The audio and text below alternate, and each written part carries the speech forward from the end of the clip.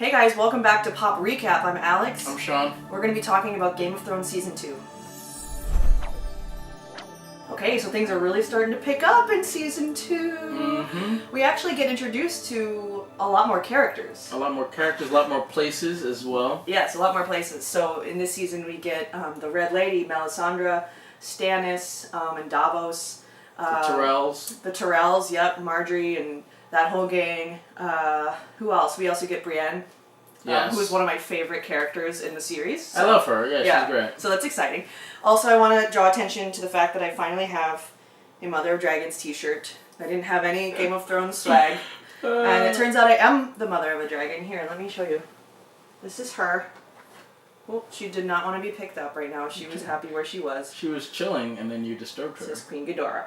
So I am Mother of a Dragon. I only have one. Okay, go back to bed. Sorry, honey.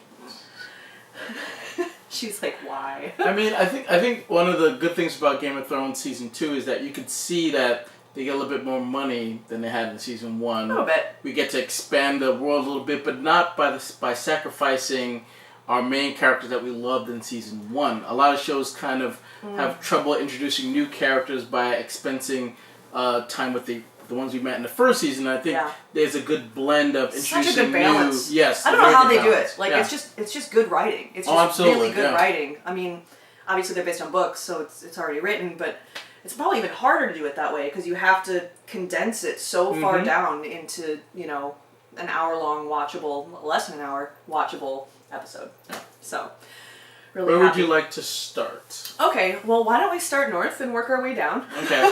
So let's talk about Jon. Okay. They're north of the wall now, and I guess we meet Ygritte as well, Yes. who becomes somewhat of an important character because she sort of is the catalyst for bringing the wildlings south, because Jon starts to see, like, oh, they actually are just people just like us. What are we fighting them for? Why do we hate them so much? And she's sort of the key to that, because obviously her and Jon are, well, they're married in real life. I didn't know that. You didn't know that? No, I didn't know. Yeah, they are married in real life. Well, that I makes just sense. checked. They're still married. A little disappointed. I mean, hoping to have my shot with Jon Snow, but you know nothing, Jon Snow. But yes, we get our famous line from her. But I like the two. fact that she kind of, you're right, she does open his eyes a little bit because again, he's a little bit naive in the fact of just all those stories that are told of the wildlings, that they're savages. Yeah, and all he these just things. follows the rules. That almost like they're not even human. Yeah. Like they're something else. Yeah. But she opens his eyes like, no, we're just like you. We're just on the other side of the wall. Yeah. We're no different. Exactly. So why are you attacking us? Yeah. So I do like their relationship, and the fact that she's teasing him about not being with a woman, like it doesn't, like those thinkings, like what's wrong with you? That doesn't make any sense. Yeah. You want to kill, but you don't want to lay with a woman. It makes no sense to her, Yeah. and she kind of calls him out on it, and it kind of doesn't make any sense. Like I understand your duty and all that, but I mean, Yeah. I guess guy's got to be a guy at some point. the whole point for me is I think like they don't want you to have kids so that you have other responsibilities. Like your only responsibility is the wall. So from that point of view, I can see it. Yeah, but then they're always relying on like getting muggers and rapists and other people like to fill like if you have kids and like obviously you could you can keep the population of the Night's Watch. See, yeah, and there's a benefit. All on your own. You don't need to like let's go get some rapists. Right. You don't need to do that. So but, we do see that change starting to happen in Jon, where he's like, hey, maybe, and he ends up killing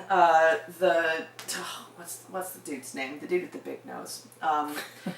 the famous ranger. I can't remember his name right now. Yeah, I just want to keep saying Night Ranger. I'm like, that's not right. Well, I mean, but it was his idea to like kind of make Jon look more sympathetic to them, so he could like infiltrate their camp. That's a huge moment. That's like really hard to like believe that a person would do, like completely sacrifice yourself. But he was talking about, you have to sacrifice everything to do your duty, and he did. So Jon would look more sympathetic. I mean, it's interesting how characters can like just willingly just give up their lives, only because like I know he knows that he's not long for this world anyway. Like it's just sooner or later they're gonna kill him. But they said they didn't last long. Yeah, like, but just the idea of just like, well, I'll sacrifice myself. It's okay. Like That's easier it's said like, than all right, done. yeah. Like, I gotta say, I'm a Hufflepuff. I would never sacrifice myself really for anything. Like, I'll just sit on the side and be nice to everybody, but I ain't no Gryffindor. yeah. It's hard to imagine being in those shoes. So. And we get Sam with Gilly.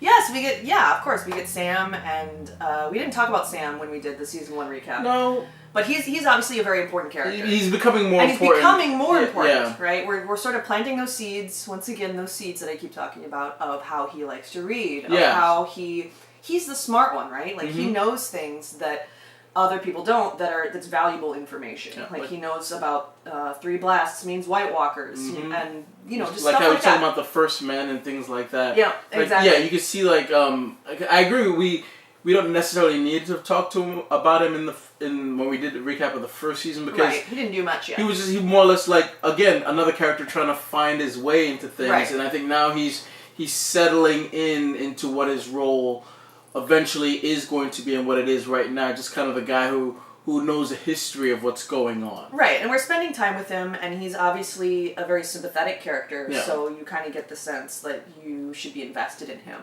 And we are. We love Sam. Yeah. Sam's great.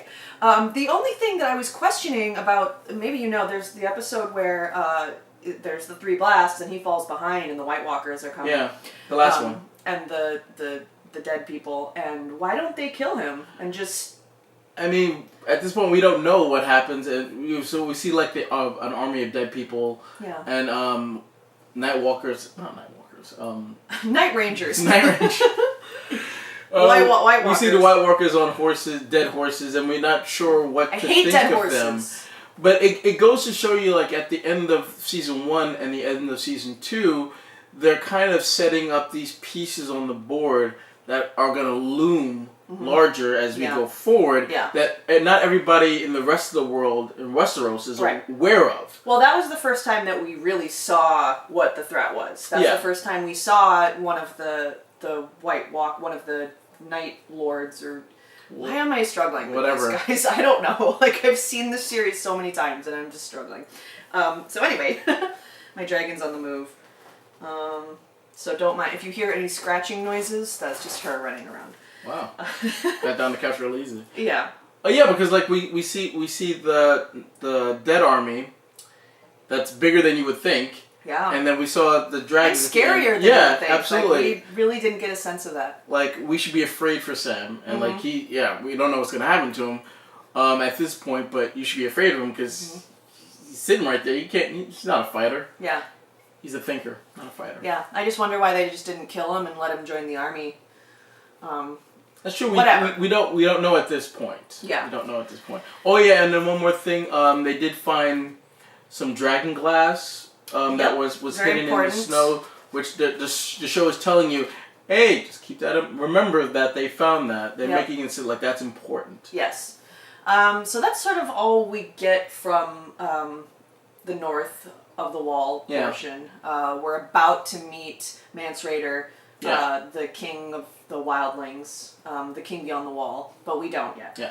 So that's sort of where they leave off. It's another thing, like, the season just kind of talks up a person, like, oh, this person exists, but we don't see them, and then we kind of, like, we know that, like, in season 3 we're going to meet him. Yeah. But it's just another thing that the season can trump up somebody, and they're like, oh, you're not going to see him yet, you got to wait till season 3, but yeah, it's, like, imagine waiting a year to find out, like, oh, gosh, must have been terrible at the time. It was terrible. I was there. So we can move south. Let's go to Winterfell. Yeah. So a lot happens in Winterfell in season 2. A lot happens. Frickin' Theon.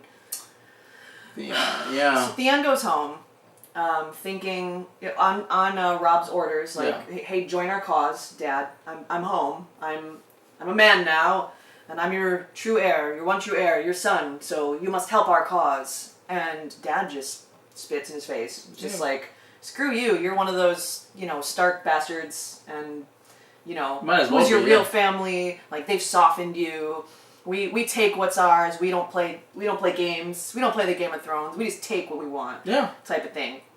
And Theon starts to feel really bad. I mean, He starts to feel bad about it. He was really expecting a nicer homecoming. Absolutely, and I think this season makes you feel really sympathetic for him because he is truly at the beginning. Yeah, I mean, but even with all the things that he does do, he's not sure what the right thing to do is, and we kind of saw that. Hey, I'm never sure what the right thing to do is, but I don't like decapitate people. No, but alive. So. Just saying. Again, he's really struggling with like what the right, like who he belongs with, what the right, like we saw in season 1 where he had the letter, decided, am I gonna stick with Rob or I'm gonna go back home? He burned the letter. It's the letter. It's like in this one he's like, well, on, buddy. He's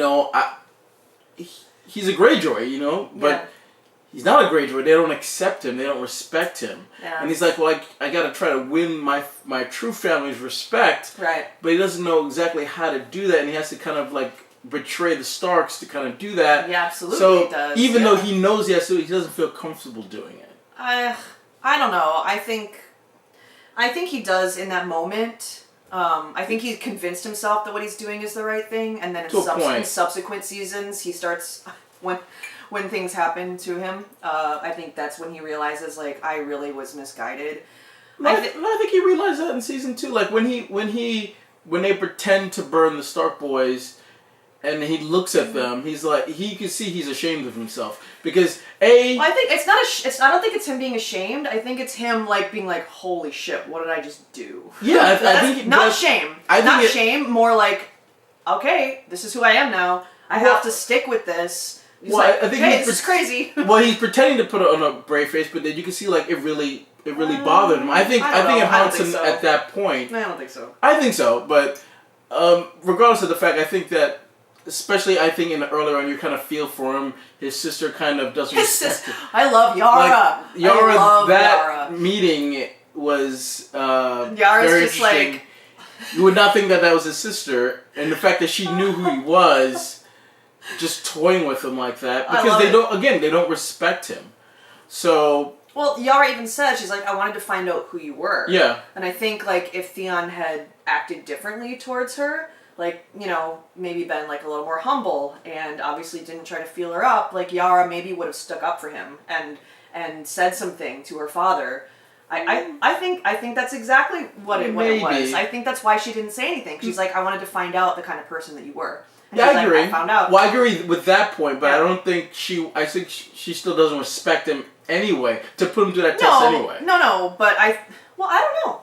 There's how can you possibly know? Like they've been separated for so long. I think Yara was sort of testing the waters. Like, is this someone we can trust? And she found out, no, apparently not. And he's feeling me up. So this guy's an asshole. I think if that would have gone a little differently, like maybe the whole scenario with Dad might have. But Theon's just so. He needs to knock it down. He's trying to please everybody, and again, you're in a world where you can't trust anybody really. You can't please everybody. Yes, according to Peter Baelish. Yeah, true. you can't. He doesn't know what the right thing to do is. He really doesn't, and he's lost his way. And I do feel kind of bad for him. I really, really do. Because I don't feel bad for him yet. Like when they were gonna defend Winterfell, he gave this rousing speech for no reason because they were like, "Yeah, we're leaving anyway." Just knock him out. Just words. They're not really gonna do any of that stuff. Yeah. But again, because he thinks that's the right thing to do, even though again they don't respect him. And I feel a little bad for him, I really do, because he's the one character that really does not know where North is or where he's going or what his true place is. He's yet to find it. Against all of our characters that we've come to know in the first 2 seasons, he's the only one that has no idea what he's supposed to do. He certainly has an arc, which is it's an interesting arc, which I know that in the final season I'm hoping that we're going to get like some sort of resolution with his arc. I think he's going to die, personally. Well, we'll see. Well, let's not get ahead of ourselves here. I mean, we're still in season 2. So he takes Winterfell. And Bran cleverly, to his credit. He knew exactly how they would react because he basically was one of them. So he was able to figure out, like, if I attack the bay, they'll send their men, and he was successful, but it was basically a massacre. He slaughtered the Captain of the Guard. Why am I struggling with names, guys? I don't know. The Sir Roderick. Yeah.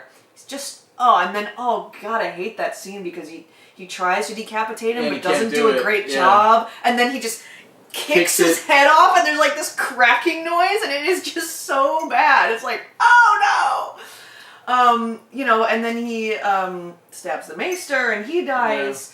Yeah. And obviously, Osha's very smart, so she, sort of tricks Theon into,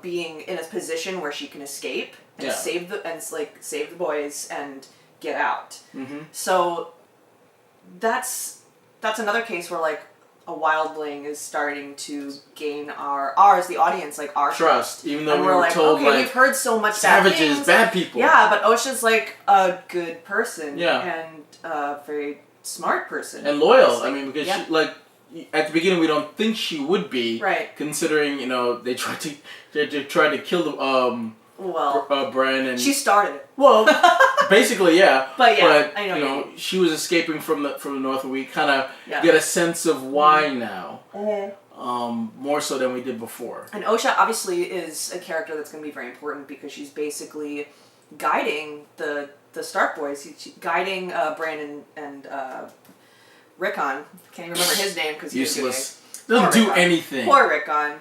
Well, he's like 6 or whatever, but he doesn't do anything. He's just there cracking his walnuts and not doing anything. Oh God, that scene. Yeah, I don't know if he's all there. But like if he's like 5 or 6 and then his dad dies and his mom's gone and his brother's at war and his other brother's at the wall and his sisters are captured. Walnuts, it's man. like or chestnuts. He's damaged at this point, and obviously the show kind of like discards him. We don't really see him a lot, and he doesn't have anything really to do.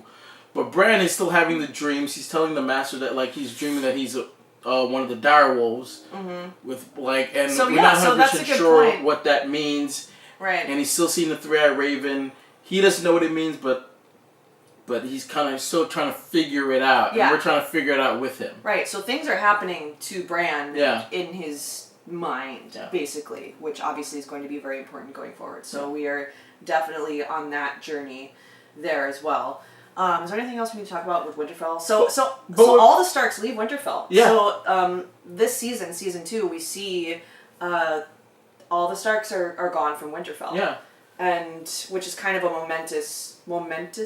Is that a word? Moment. Yeah. Because they really won't be back there for a long time. Yeah, I mean, and I just before they leave, I like how Bran was like taking charge a little bit. He was becoming the Lord of Winterfell. He was taking on more responsibilities. He was doing what he needed to do. He was doing a good job too. Yeah, absolutely. Yeah. The fact that he had to yield Winterfell the way he did was unfortunate, but he was he didn't have a choice. Yeah, though. But it's another thing of like kids have to grow up really quickly in this show. Oh, and and responsibilities put on them, and it's interesting to see how they handle it. Yeah. Because other kids in the show, and put in certain situations, they'll handle it as well. When we get to King's Landing, we'll talk about that. So let's move further south. Let's talk about the camp where Robb is. Yeah. And Catelyn goes to visit Renly. Yeah. And there's that whole situation. We meet Brienne. I'm not sure which is further north at this point. Probably Robb's camp. Then Renly's a little further south, maybe, or maybe it's an east-west thing. Not sure. Let's just choose to talk about Robb right now. Yeah. So Robb, we see him start to fall in love, which is going to be very important going forward. At the end he gets married. He gets married at the end. And which I didn't see coming when it first happened, but. And everyone's kind of like, ooh, maybe not a great choice because Catelyn mentions like if you're, wild with your oaths, people who follow you aren't gonna respect their oaths as well. Yeah, exactly. So like you have to keep your oaths, otherwise you're gonna lose your men. And it was sort of just a comment, and Robb just sort of passes it off like, okay, I hear you, whatever, but sort of does it anyway. So there is kind of this feeling of like, ooh, I'm not sure if this is a good idea. Yeah, but you gotta look at it from Robb's point of view. Like he saw what honor did to his dad. Like, he did things the right way, Yeah. and look what it got him. So he's like, you know what? Yeah. I'm going to do what I think I need to do at the time, because I don't want to end up like my dad. Like, it's funny how Ned Stark's character, we don't see him at all in season 2, but his character is looming over a lot of decisions that are still being made. His death is, obviously, there's a ripple effect there. Yeah, that we're still feeling, and the totally. characters are still feeling, too, because I think Rob's decisions are being affected by the fact that his dad, the way his dad was taken up. Right. So him just like, I'm gonna do what I want to do. I'm gonna put my honor aside, which my dad wouldn't have done, to do what I think is right for me right now, which is marrying this woman. Yeah. And going back on my word. Yeah, and obviously he maybe is a little cocky at this point because he he's has proven that he isn't so green as Tyrion says. He's not as green as we would have hoped, and he's very capable at war, and that kind of thing. So they have Jaime Lannister. They're in a really good position. Yeah. So if you want to talk about that, we can talk about Jaime. Catelyn lets him go to trade. Thank you, Peter Baelish, for once again completely disrupting the state of... We'll get to Littlefinger, but we didn't get a lot of Jaime in this one. I mean, we got him a little bit at the beginning of the season. We got more than we did in season 1, I would say. No, more development, revealing but character moments. Visually, I agree, because in that first scene where we see him tied up and Rob goes to talk to him, kind of like to prove like, we're at a better position than you are now. I'm proving myself to you. And he gets humbled a little bit. We see Jaime humbled, which at the end of season, where we see him in season 1, it's hard to believe that. And his reputation doesn't, is against him at this point. But again, when we see him later on in the season when he kills his cousin, just like... It's like, ooh... And we see how dangerous he still can be. Exactly, and that's a thing that no Stark would do. No. Like kill their own kin to get out of prison. They would be like, oh, I just gotta wait to see what plays out, But Jaime, evil guy. Like you think really maybe you think that maybe you're getting a hint of like, oh, he's like an okay person. He's just in a bad situation. And then it's like, nope, murders his cousin. No, because just to he's escape. Teasing Catelyn. So it's like he this. teases Brienne.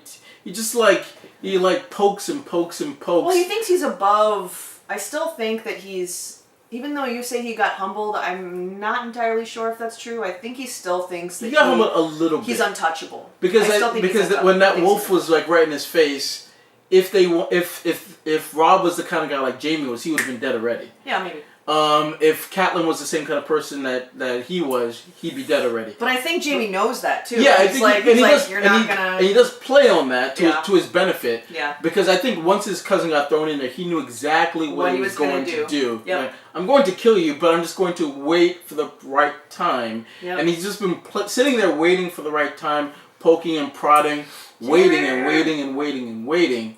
And he finally got his opportunity. He took it, even though he didn't get very far. Yeah. But he just, again, played on Catelyn's, ambition and her children, played on the things he knows she's sensitive about. Yeah. But I think also when he saw Brienne fight, I think that also was like, wow, I'm not, I'm good, but there's other people who are maybe just as good as I am. I think he was genuinely impressed. Yeah, he was really, really impressed. And because at first he was just like, who's this big woman? Yeah. Teasing her about oh, you're a virgin and whatever, and just the fact that once we see her in action again, it's like Jaime's like, wow. Yeah. So I was like, I can't mess with her as much as I think I can because she's dangerous. Yeah. She's not just big, she knows what she's doing. Right. Well, okay, so let's just talk about the decision by Catelyn to let Jaime go being such a problem. She single-handedly just destroyed all the hope that they had, basically. That was their leverage, and she let it go. Well, yeah, but you gotta also look at it, they might have just tried to kill him, the men might have killed him anyway. So I think she was put in a situation where it's like, if I let him go, I might get the girls back. If I do nothing, these men are just gonna kill him. And then we lose the leverage. Yeah, and then exactly. We lose the leverage anyway. So what is she to do? Well, she should have talked to Rob. It's not her decision to make. She should have talked to Rob. Yeah, absolutely. But it was time sensitive too, because just like Brianna was saying, these guys are drunk. They're gonna get bloodthirsty, and they're gonna want his head. And what are you gonna? How are they gonna stop him? They weren't. So it may not have been the best decision to make in the grand scheme of things, but it was the only decision she really could have made. That was a smart one. But that's another. And the Game of Thrones. This series is so good at this. That's another moment that changes everything. Yeah. It's sort of like her letting Jaime go changes the outcome of so many things, because let's just say maybe if they hadn't killed him and he was just their prisoner forever, things would have turned out very differently. That's another pivotal moment when he goes. Well, it's the same thing, like, it could have gone down, like, 3 different paths. The path that went down, the path that they still had him, or the path that they would have killed him. Right. And although all 3 paths are completely different, I love it. But again, like, she's put in that situation. Like, what else? I think an RPG. I love it. I think she did the right thing at the time, because I think killing him is worse than keeping him. Yeah. So we'll never know, but I think she did the right thing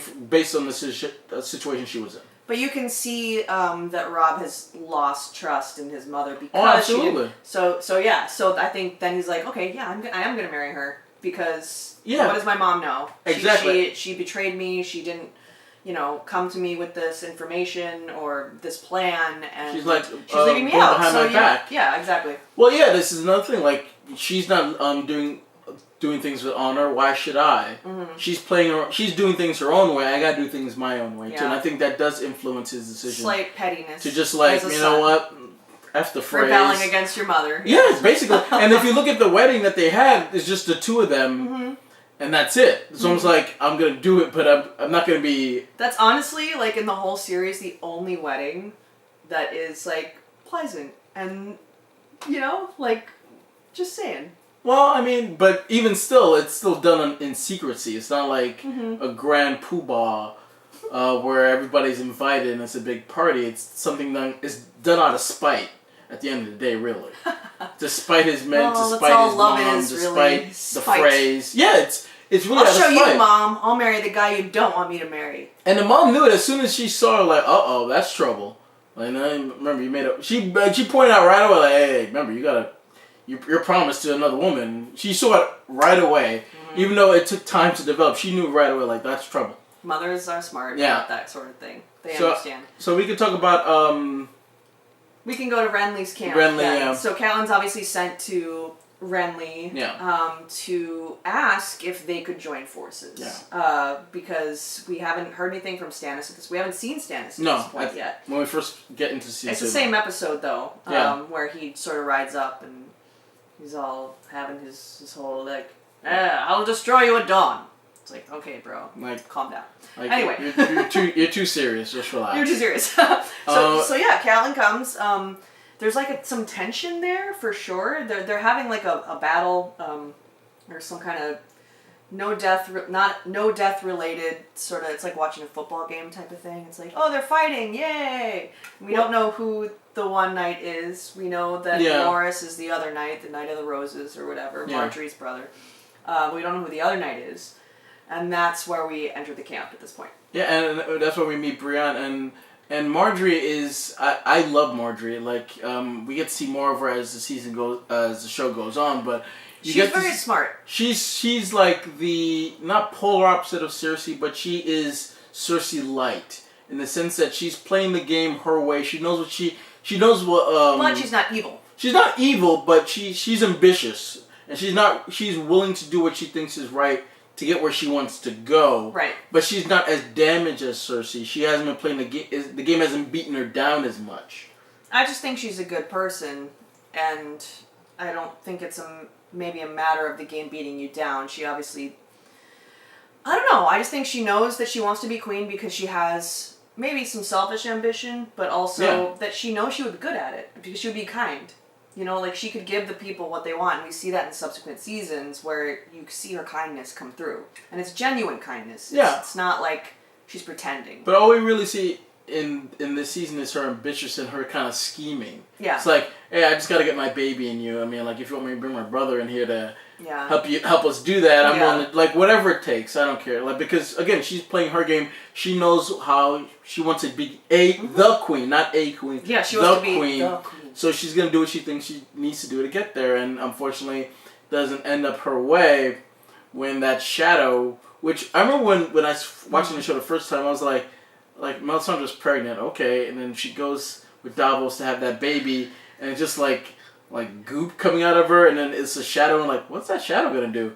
And then we saw what it did, and that was the end of that. I was like, wow, that never, we're in a completely different show now. Yeah, it's like, it's almost like, I remember thinking that, was like, it's almost like Stannis, like, we don't talk about that, and it's show. like, the show doesn't talk about that. Like, once it happens, it's like, it's over. Yeah, it's over, and we don't speak of it again. Yeah, and I kind of wish that we would get, like, a little more, like, information on sort of what that spell was, because we haven't really seen physically the Lord of Light actually manifest himself, or any sort of physical evidence that this is a real thing yet.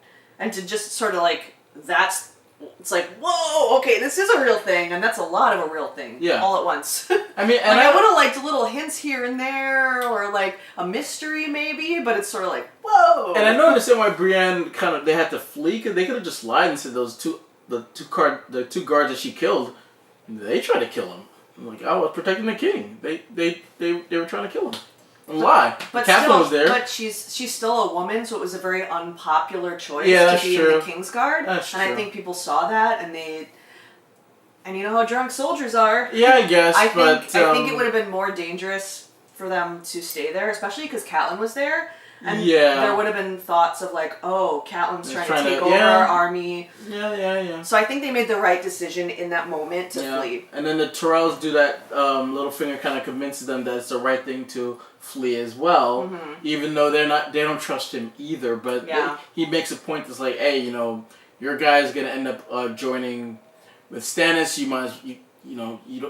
Your time will come. It's just not right now. Yeah. We need to go. Yeah. And then they go, and then it ends up paying off at the end when they come back to King's Landing, and then everybody kind of gets what they want. Right. Which it just shows you the way you play the game the right way, or you play the game you think you need to play, and it pays off for some people, not for others, or at the expense of others. Too true. Yeah. Yeah. So we do get to meet Brienne. I think Brienne is one of the more important characters, obviously, because Renly's gone. Marjorie's going to be important, but I think Brienne is one of those characters that is like a subtle character that sort of finds her way into important moments in the series to come. So she's worth talking about because she's also kind of a mystery. Like we don't know. Like she's clearly has a wall up of like, no, I'm a warrior. All I am is a warrior. Not a lady. I'm loyal. I'm not a lady. And so she's a really interesting. She's not something we haven't seen before. No. Like in season 1. So, like she's a better version of the Hound in the sense where she's just doing her duty, but she has, she actually has a soul. She's very, very she's not loyal. damaged to a degree. I mean, we don't know a lot about her. We don't know. We kind of get a little bit of a sense that, obviously she was raised differently and wanted different things, kind of like Arya is. We just... We get the sense, also, like, you see a character like that, and, like, there's this... she could be a stereotypical, like, lesbian character. Yeah. But we know that she had feelings for Renly, who's clearly gay, but we hear her say, like, the only time I was ever able to hold him was when he was dying. Yeah. So, like, you get this idea, like, no, she's just a heterosexual woman who happens to be, like, a fucking badass, like, and can fight. So, like, they're playing with these expectations, which I find really interesting, and I think Brienne is like the perfect way to do that. Like she's just a beast. Yeah. But also, she doesn't have to be like a butch lesbian. And doing it and she's one of the few characters that are just doing it for the right reasons. Yeah. She's just loyal and doing it out of loyalty's sake, not out of her own ambition. Like she's like, But look, she just met Catelyn not that long ago, and then eventually she's already quick to like say, well, I lay my sword down for you, lady. I will fight for you. I will die for you. Mm-hmm. Just out of loyalty and respect. Yeah. And she's one of the few characters that we see that is willing to do that just out of duty. Yeah. Which is nice, interesting to see. Even though like when she meets Jaime, it's another thing. Like when he tells them like, yeah, you're a knight, but when he reminds them, it's like, yeah, well, a knight has to do this and this and this and this and this. At some point, those promises that you keep are going to intersect with each other. Yeah. And you're going to end up, doing something bad. But from Brienne's point of view, she hasn't gotten to that point yet. Yeah. And it'll be interesting to see where a character goes because she probably will have to make a tough decision at some point to test her loyalty. Yeah. And even though she kind of did, she was killing Catelyn's men at the end when she was cutting those women down. But, again, it's like you're loyal, but how loyal can you really be in a world like this? That's a good point. Well, we'll find out. Oh. So we talked about Renly's camp. Obviously, we see Stannis for the first time. Let's jump to Stannis because this is a really interesting. He's at Dragonstone, which is traditionally the Targaryen, home castle. And he's taken up there, and we meet Davos, who's his loyal servant. Love Davos. I know. He's, kind of a sexy old man. Don't judge me. He kind of is. I don't know. I kind of find him attractive. Anyway. I won't call him that, but sure. So Davos was a slaver or a smuggler. Smuggler, yeah. And earned Stannis' trust after losing his fingers. But which he keeps, which is weird. A little weird. That's a little weird. But it's different times. Yeah. So we get the sense right off the bat that Stannis is not a good guy. No. The vibe, the music, the fact that there's this creepy, witchy woman who's very stoic, controlling, who seems to be whispering in his ear, which is actually happening. It just gives you this bad vibe. So that's how we're introduced to Stannis. So we kind of see that he is actually the rightful heir to the throne. Yeah. But we don't want, as an audience, we don't want him there. We don't want that because it's kind of creepy. It's weird because he's kind of, for lack of a better term, the villain of the season. But he's justified in doing what he's doing. He should be on the throne. It's his. It's rightfully his. But the way he goes about it and the way the show paints him, you're like, even though he should be on the throne, yeah, you're right. We don't want him there. Yeah. Everybody else doesn't want him there. And because we know that if he ends up there, he'll be a very cruel king. Well, and once again, because he's all of a sudden found religion. It's a new thing for him. It's sort of okay, so he has this red woman speaking in his ear. And is he actually ruling the Seven Kingdoms? Or would she be ruling the Seven Kingdoms? And, I don't think people want that. Well, that's kind of what Davos said, that's why you shouldn't take her with us. That's one of the old gods, right? And I think everyone in King's Landing, at least, has embraced the new gods. The further south you get, the more there's the new gods, and they don't believe in this magic. They don't believe in... Well, they're kind of I'll believe what I see kind of people as you go south. So exactly. So you see that Melisandre, obviously, the Lord of Light, can look a little bit like Satan. Just to put it in terms of the world that we live in. Yeah. Because she's kind of flaming his ambition a little bit. Yeah. Because I think he has evil intention, but she's kind of flaming it in the sense that you're the only one who can do this. It's all on you. It's all on you. I see your victory. Do what you gotta do. Do what you gotta do. And I think she really believes that. Oh, of course really she does. Believes, 100%. And I think it's true that the Lord of Light speaks through her, but she doesn't maybe understand how to translate what he's saying yet, but she truly believes that Stannis is the Lord of Light, and he draws the flaming sword out from the ground. They burn all of the first statues of the Seven. Yeah, the statues of the Seven. So they're basically saying this is the new era, and here we go.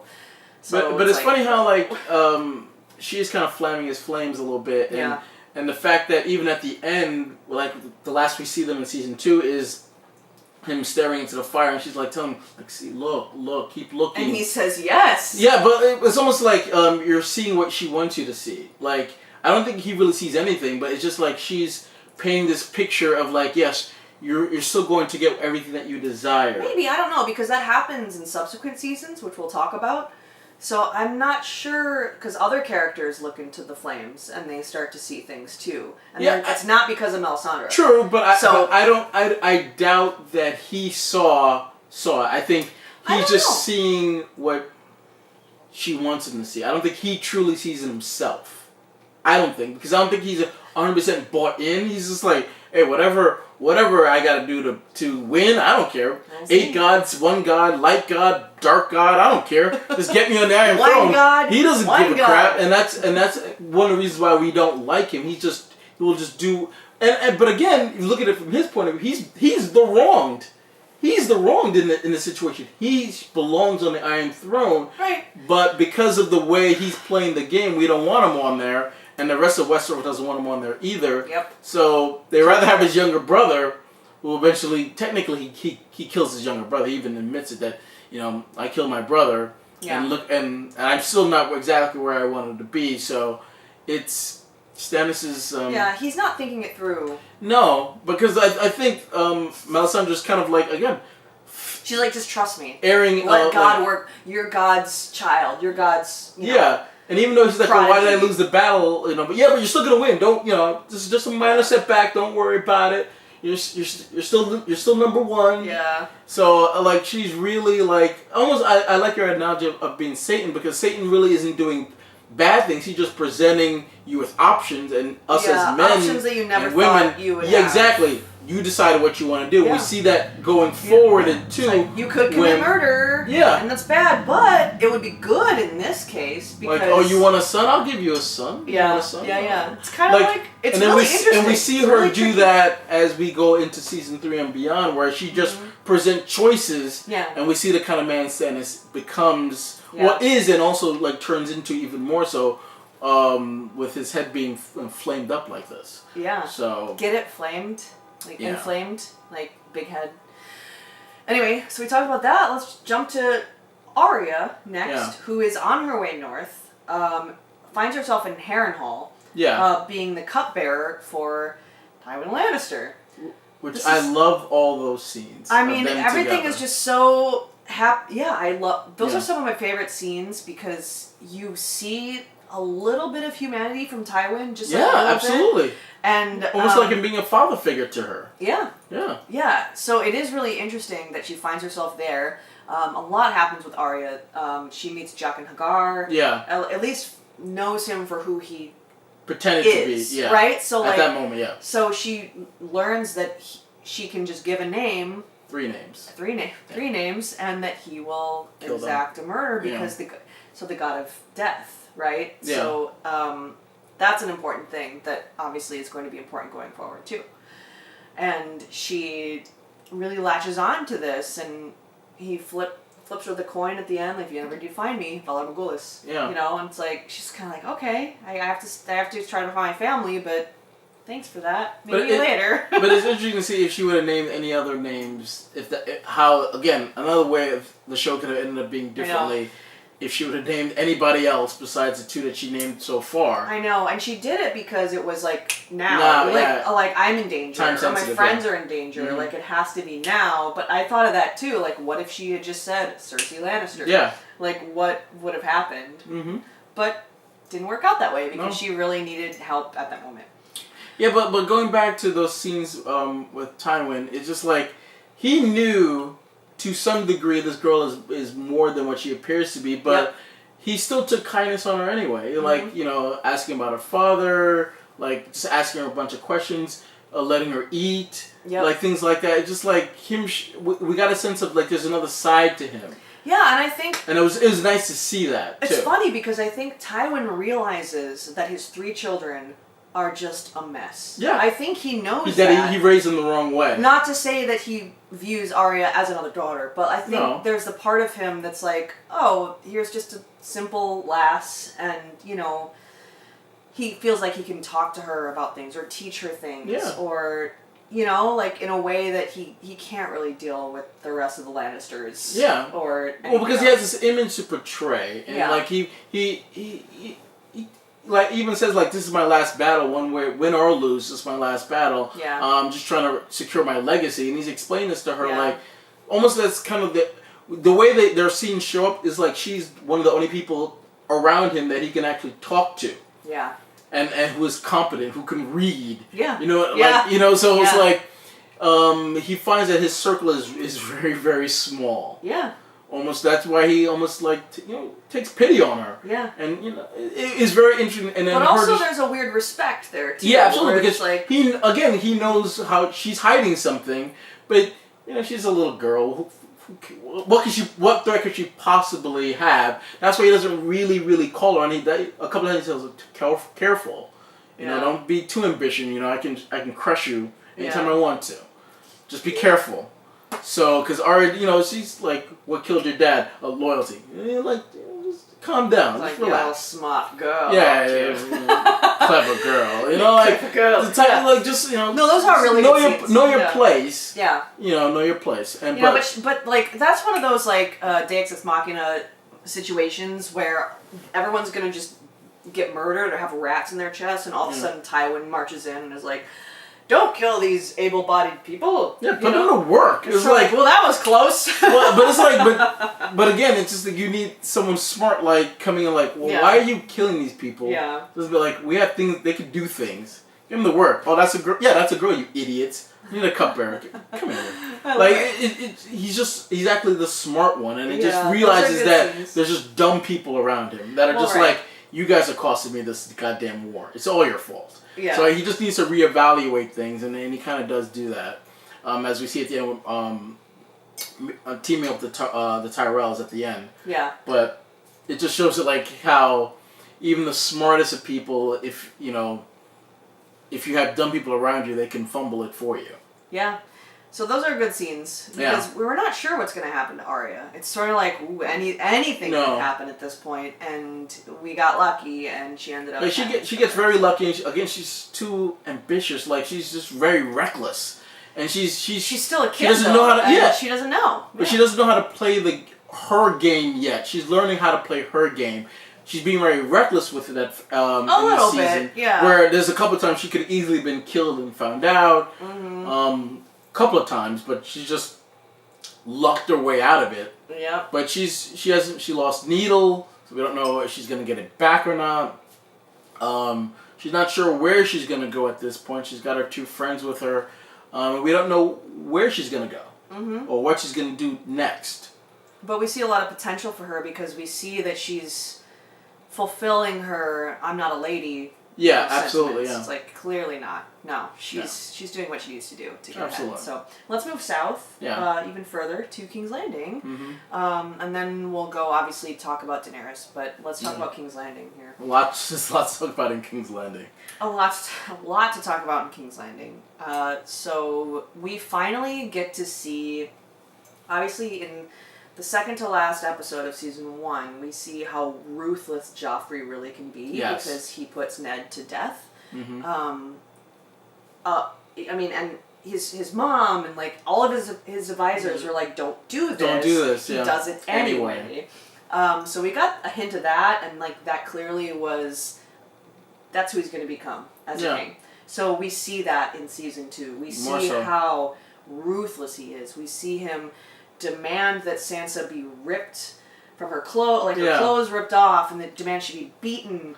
And while he's holding a crossbow to her. And and him and the crossbow. So Tyrion as a hey, get this worked out gift gives him 2 whores, and he makes them beat each other, and then I mean, so we really start to see that Joffrey is not just a kid who has to,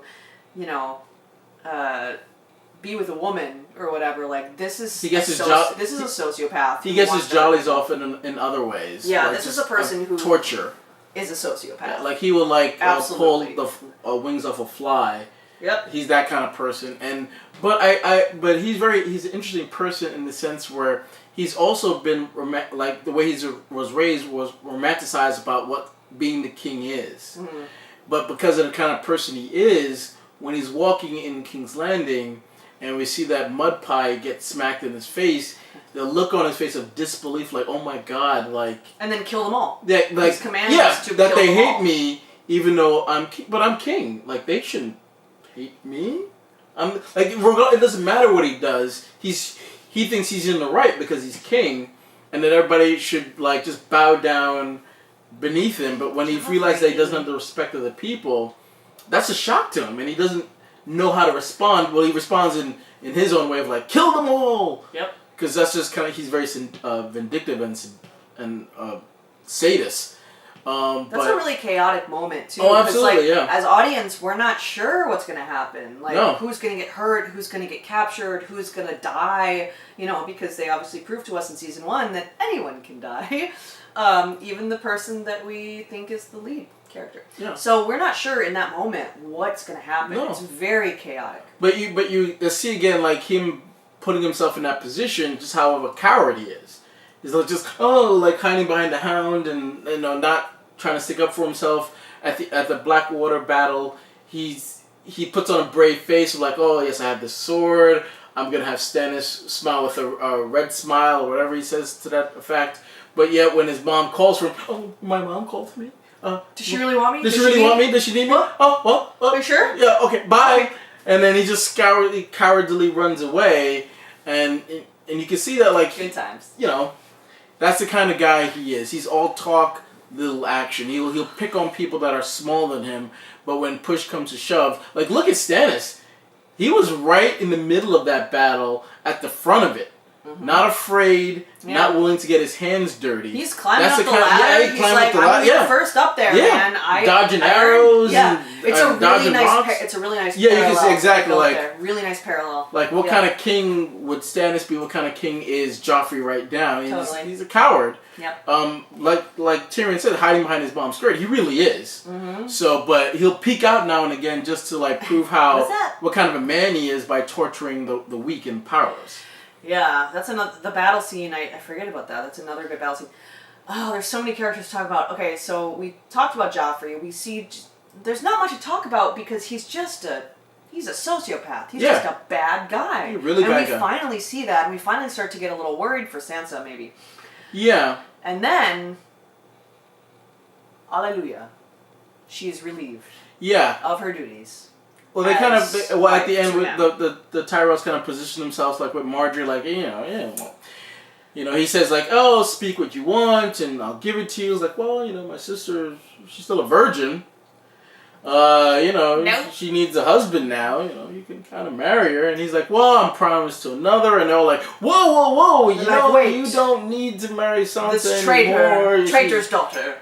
All of a sudden now you bring up the fact like her dad was a traitor, but now there's a different avenue that suits them better. Like, well, she's a traitor. You don't marry her. I spoke to the Citadel and they said since it was after the fact, you don't have to be held to your word. You can do what your heart desires. And he's like, well, Lady Marjorie, I will now marry you.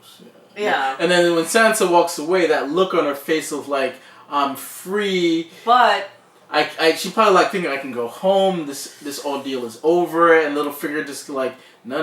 You fail to understand. You're a plaything. You're a toy. Yeah. He's gonna beat you. He's gonna make you do whatever he wants. Yeah, exactly. You're not. Your life isn't done yet. You're not free. And I love You're not free. And I love the line that he says like, look around you. This is a whole room of liars. Yeah. And we're all better at this game than you are. Mm-hmm. And then she has to realize, I gotta start playing this game again. Where she's like, King's Landing is my home again. This is my home. I don't want to go home. Yep. She's like, I got to put this face back on.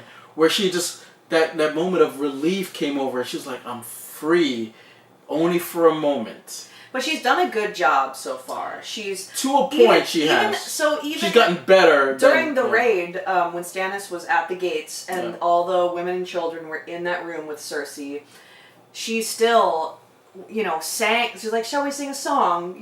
Shall we? She really was playing the game, and I think part of it came from her caring about the people that she was around. But she gets it, but she doesn't get it. She doesn't. Yeah, she doesn't know what power she has at her disposal as of yet. So she's playing a very naive game, and Cersei in in that episode kind of teaches her like, no, these are all the kind of other ways you can play it. Yeah. The way I'm playing it, even though at that point she thinks, it's all over for her. Yeah. But she's just like, this is how the world really can work. This is how you can really play it out. If things work out for you, they haven't at this point working out for me because we're at this situation right now. Yeah. But Sansa is getting better at her game. You Yeah. know, she meets Shay, and Shay kind of shows her that you don't have to play the game right. that way all the time. You got to look out for yourself at one point because she Yeah. tells her like, hey, you need to leave and get out of here. Yeah. Because you don't have to worry about them. You worry about this guy. He's gonna kill you. Yeah. So you need to look out for yourself because Yeah. you can't trust any of these people here. Yeah, and Shay's a godsend, really, Yeah. in that sense. And she kind of obviously doesn't want to be there, but has to be there because she wants to be in King's Landing with Tyrion. Yeah. So she's kind of just doing what she has to do. But she's not, Shay is not actually being too smart about it. I feel like she's a little reckless. She is very reckless. It's sort of like, whatever, I'm your handmaid. Like, what, you're not used to this kind of mess? Like, I have no idea what I'm supposed to do, and then with the curtsy, and I don't really care. I'm just... Yeah, she doesn't really care. Yeah, so that's interesting. That's going to be important going forward. Because, especially when we think, especially watching the first time when Cersei thinks she has Tyrion's horse, like, you think, yeah, she really got captured because she wasn't really being shy about being out in the open. Yeah. It was like, I was surprised that it wasn't her. I was like, oh. Yeah, I even forgot because I've seen the first or second season. This is the fourth time now, and I still was like, oh yeah, that's right. They have Roz instead. And I love the way Tyrion played it. That was her. Let's talk about Tyrion now because he is also going through a lot of changes in season 2. A lot of changes. So he's starting to. He has some power now. He's the hand of the king. He's a little cocky at first, or like, yeah, what? So Dad made me hand of the king, so whatever. Like, doesn't matter what you think, It's kind of like, hey, man. He's doing what he thinks is right because he knows his nephew's an idiot. Oh yeah. Oh, he slaps him. He's just like, yeah. Did you just stop the king? I'll do it again. It's like, did my hand fall? Did my hand fall from my wrist? Like, yeah. But. Yeah. The episode where he sets that trap for the master to figure out who Cersei's spy is was played so beautifully by him. That's so good. And you realize that he can't trust him. Yeah, you can see how he's playing his game and he's playing at a masterful stroke at that point. Yeah. Where he's like, I'm going to manipulate all three of these guys to figure out who the traitor is. Yeah. Littlefinger was not happy about it. Even though he all right, I found out who... Yeah, because we'll get to Littlefinger. He got played like a fiddle at that point. And he gets we'll get to Littlefinger. But just Tyrion, figuring out, all right, these are how I'm going to put Bronn as King's Guard. I'm going to send my niece away to Dawn because that makes the most sense for her, regardless of what Cersei thinks. He's actually... doing a really good job of playing the game, and Varys even tells him, you're a better hand than Ned was because Ned didn't play the game. You're playing the game, and you're playing it the right way. You're doing what's best for the realm, regardless of what the king is doing. Yeah. You're doing what's right. Yeah, and in season 1, he was just sort of he's like, well, I accept my role as the drunk dwarf, whatever. That no one's gonna ever give me more than what I am. And all of a sudden, he's hand of the king, and he's like, you know what? I can do this. He's like, I can do this. I'm good at this. I know people.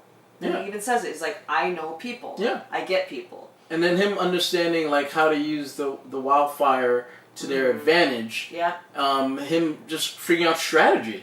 Battle strategy. Yeah, absolutely. Which is insane for someone who has been around this realm but has never been invited, never expected to do any of this. Never been in a battle really before. Because in his first season, he wasn't in the battle. He got knocked out before it even started. Exactly. He's actually running it. Mm-hmm. He's giving the commands. He's actually firing up the troops. They're actually chanting Little Man, his name. Well, not really his name, but Little Man. Where Joffrey kind of scurries off like a little rat. It's interesting to see where he starts season 2 and where he ends it, because even though he plays it the right way, because other people played it better, he ends up pretty much in the gutter at the end with with the scar with the master flipping him the coin, saying that's pretty much all you get out of this. Yeah. Your power stripped from you. Yeah. You're nothing.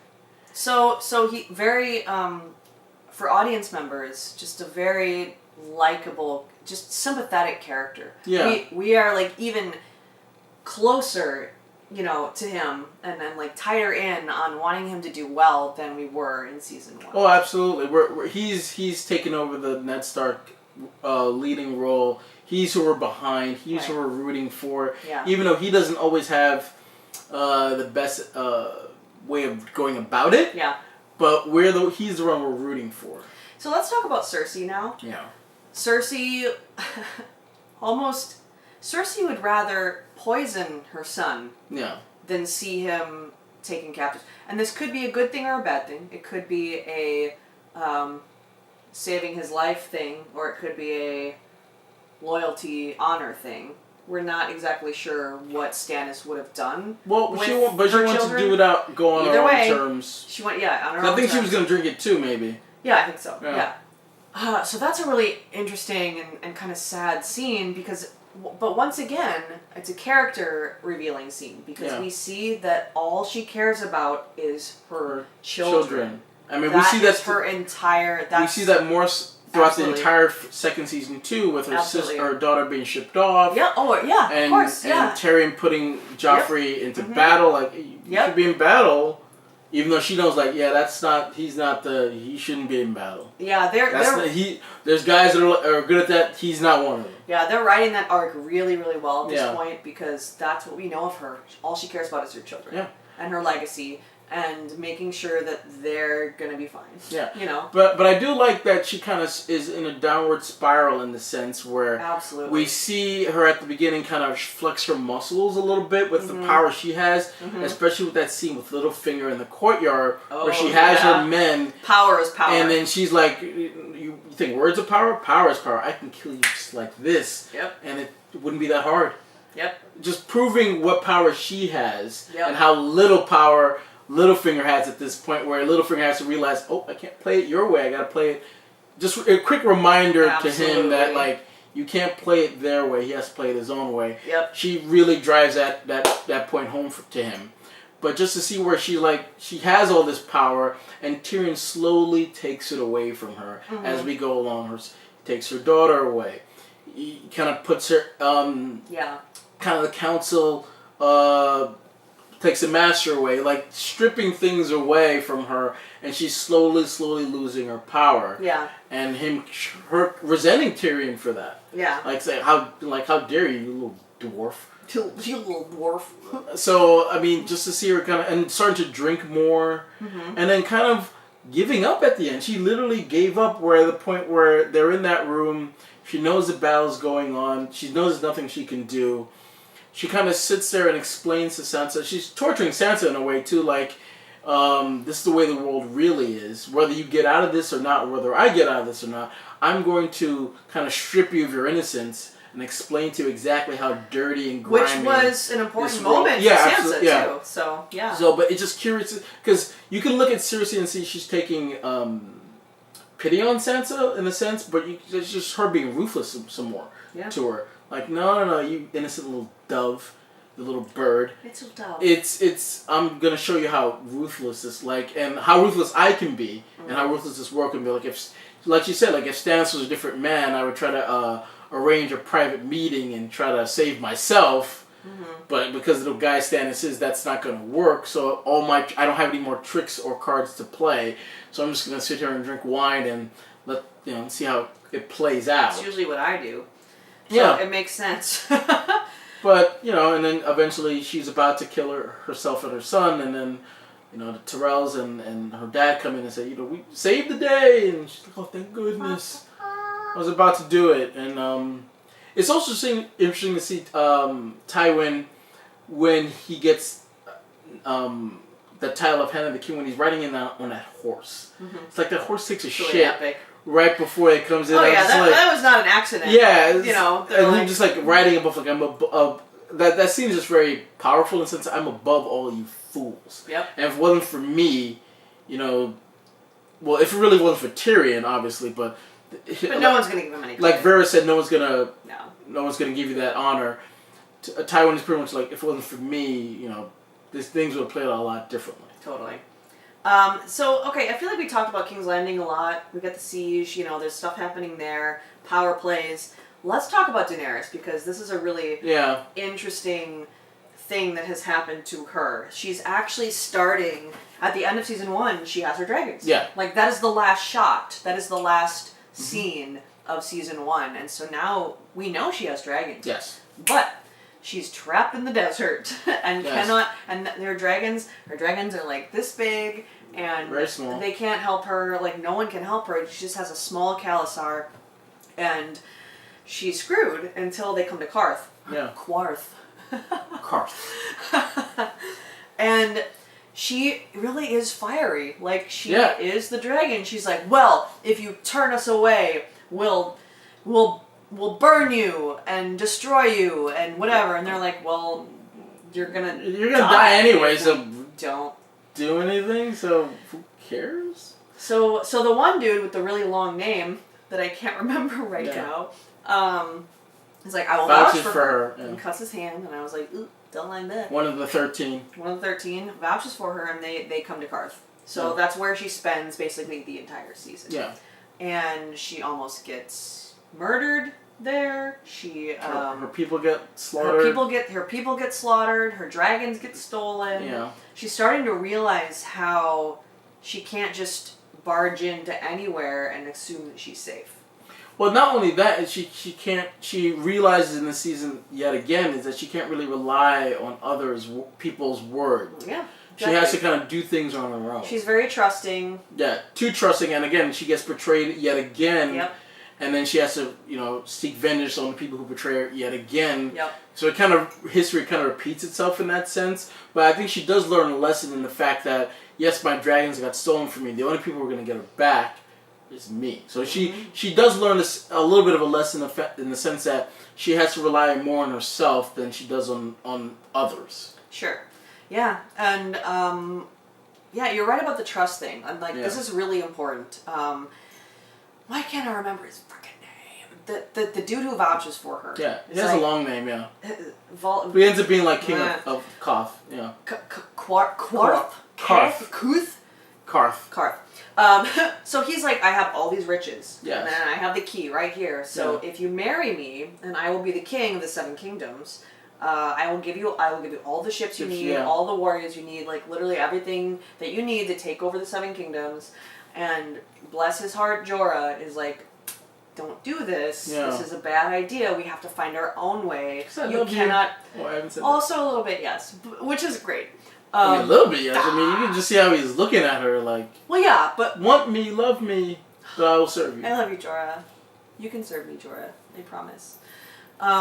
So he's like, we have to find our own way. So he goes out to find a ship. He's like, I will find you a ship. Do this the right way, and she actually listens. She's like, as towards the end, her advisor, she's like, as my advisor, what would you have me do? And he's like, let me find you a ship. Let me go out. I'll find one with a good captain, and we will find our own way. Yeah. We cannot owe these people. We cannot pay for it. We have to earn your loyalty with the people. Like, you have to be supported by the people. You can't just buy your way to power. That's just her brother kind of still whispering in her ear a little bit. Just like things are entitled to you. That's all she knows. Yeah, because she's like, how dare you not? I'm gonna guess. How dare you not invite me in? Young, yeah. How dare you? How dare you? How dare you? How dare you steal my dragons? How dare you not do this? How dare you? How dare you? And then she's again a little cocky, and then the world has to kind of knock her down a peg or two, just like saying, just because you're a Targaryen doesn't mean you're owed anything. Yeah. Just because, that's... No one cares. It may be Everyone thinks you're dead. No one cares no one anymore. really cares. Like, Westeros doesn't care about you now. No, they care about having food. They care about... having wine. Yeah, they don't care. You're an afterthought. They don't give a shit who sits on the throne. Yeah. They just want to be taken care of. It's funny, because when Varys brings it up, it's...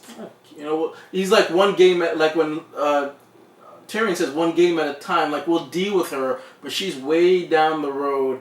I'm not worried about her yet. No one's worried about her. Just like how, like, with the White Walkers, no one really, some people don't think they exist, so it's just like, who cares, even though we as the audience... Everything's so far apart right now in season 2. But we as the audience know more than most of the characters do, because we know it's a real thing, and we know that they're becoming a threat.